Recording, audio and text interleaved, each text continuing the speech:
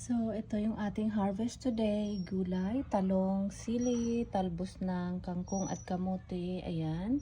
Zucchini. Syempre, dahil maraming bunga yung ating zucchini. Tapos, isang full basket na plums. Ito pa, yung iba. Plums and donut peach. Actually, sobrang daming bunga ng ating plums. Hindi pa natin na-harvest yung iba, no, na ibang hinog. Sobrang dami pa, kaso sobrang dami nating nakuha today. Actually, nahuhulog na yung iba sa sobrang hinog. So, ayan. Yan yung ating harvest for today.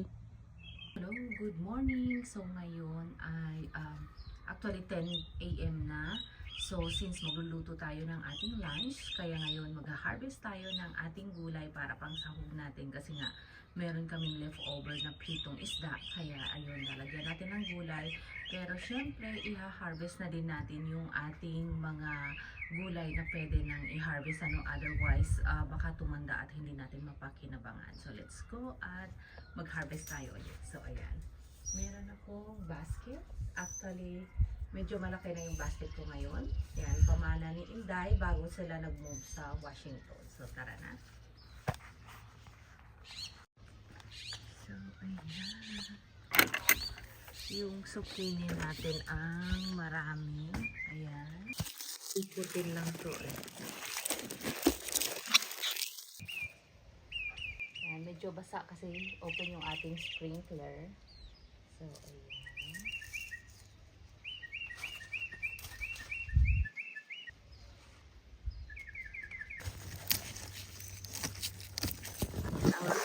Actually, yung mga maliliit na yan, ano, pwede na din yan i-harvest. Pero hayaan muna natin dyan. So, tingnan natin yung ating green zucchini. So far, may dalawa siyang bunga. Pero huwag muna natin i-harvest. Tingnan niyo yung ating kalabasa. Sobrang laki na, oh. Ayan. Grabe ang laki na, oh. Ayan. So, ayan. Ang na-harvest natin. 3 zucchini.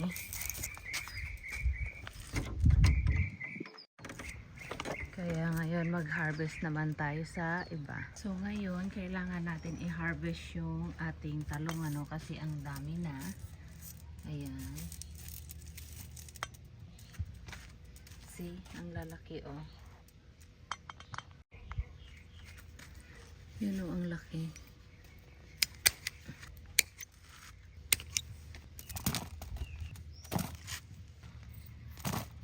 So, ayan. Actually, maraming bunga yung ating talong, ano. Yan. Hindi ko muna kinuha yung iba. Konti lang naman eh. Kasi mas masarap kasi kukunin mo tapos lulutuin mo. Manamis-namis siya. Kaya, gaya nito, oh. Yan. Andun pa sa loob yung iba. Yan. Hindi ko muna hinarvest lahat, ano ko. Actually, konti lang yung kinuha ko, but still marami pa rin. Ayan.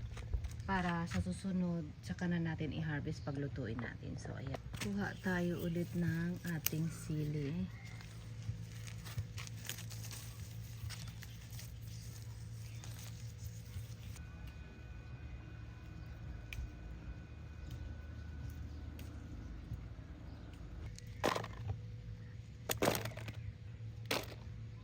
So, ito naman yung ating okra, no? So, lumalaki na sila. Unlike last time na harvest natin, sobrang liit pa.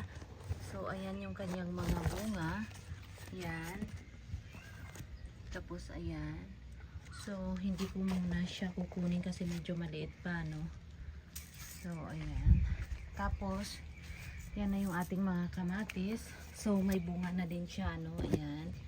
Pero, maliliit pa. So, ayan. Kakatuwa. Ayan, mga next mga 2 more weeks yan, okay na. So, ayan na. Tapos, dito naman na side, ano. So, last week, namumulaklak pa lang yung ating sitaw. So, tingnan nyo nga naman ngayon, oh, ayan, may bunga na yan. Mabilis lang to sila lumaki, ano, mga ilang araw lang yan, lalaki na sila. So, ayan. So, ito, puro sitaw yan, ano. So, ayan.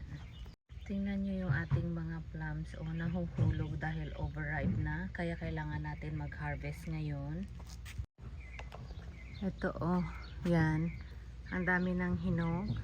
So kailangan na natin mag-harvest mamaya after natin mag-harvest ng ating gulay. Ito yung mga sobra sa mga pinatubo kong gulay. May talong, mayroong okra, mayroong patola, kalabasa, kamatis. So maghanap tayo ng space kung saan natin yan itatanim. Sayang din lalo na yung kamatis kasi okay din i-ref yung kamatis ano. So ayan, meron pa tayong gabi. So ayan. Ngayon magtatalbos tayo para sa ating sabaw ano. So ito yung ating kangkong. Pangalawang harvest na natin ito dito ano. So ayan, ang taba niya oh, kasi laging nababasa dito. So oh, halo-halo na lang yung ating dahon ilagay sa ating sabaw, kangkong at yung talbos ano, kasi konti lang yung ating talbos. So yung kangkong natin medyo okay.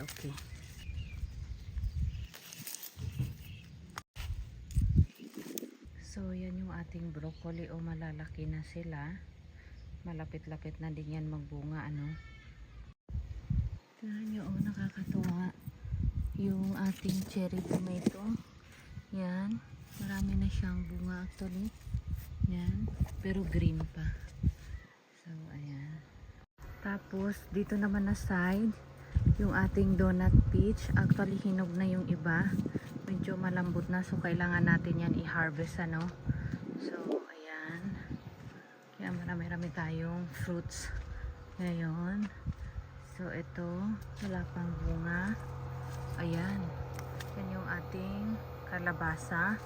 So far, 3 pa lang yung bunga niya. Ayan o. Yan. And then, yung ating patola. Ayan, isa pa lang yung bunga niya. Ayan. Yung sayote, wala pa talaga. Ay, hopefully magbunga siya. Ano? So, ayan. Ayan, ilipat ko lang siya dito, ano, kasi medyo maliit ito eh. So, ayan, mag-harvest na tayo, ano. Ayan. So, yung malambot ang kukunin natin. Actually, hindi mo na kailangan, ayan, parang kukunin mo na lang siya. Ang bilis na lang niyang matanggal eh, dahil nga hinog na.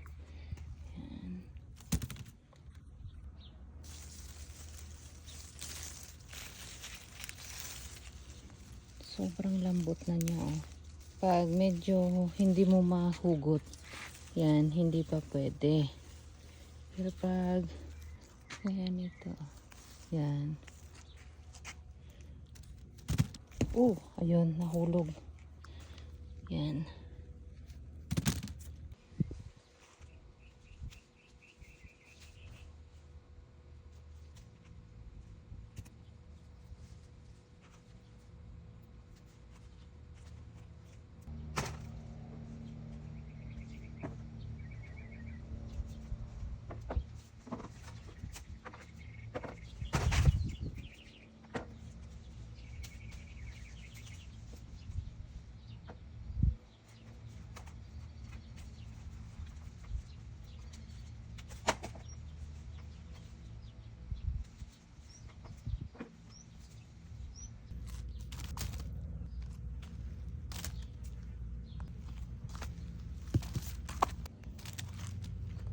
Yan.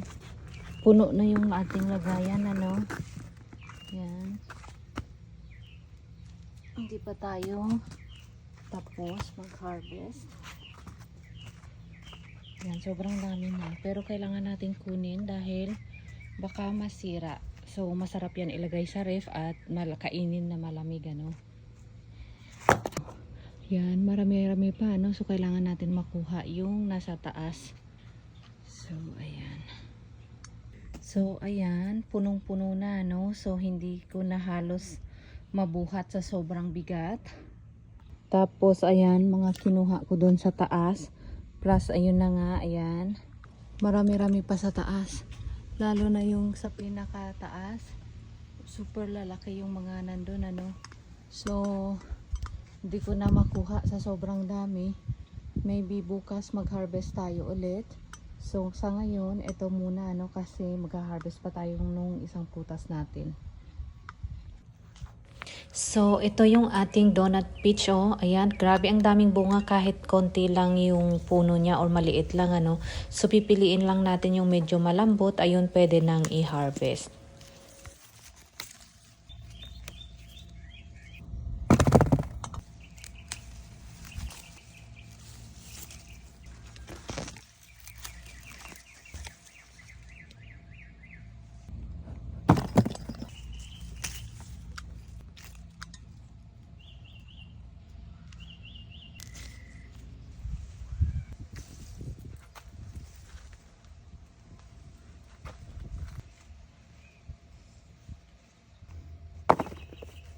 So, ayan.